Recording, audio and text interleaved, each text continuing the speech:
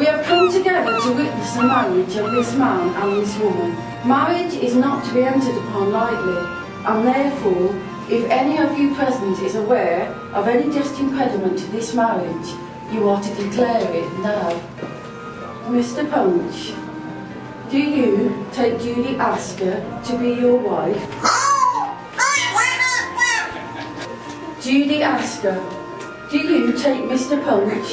Oh, I will. Then with the power invested in me, I now declare you husband and wife.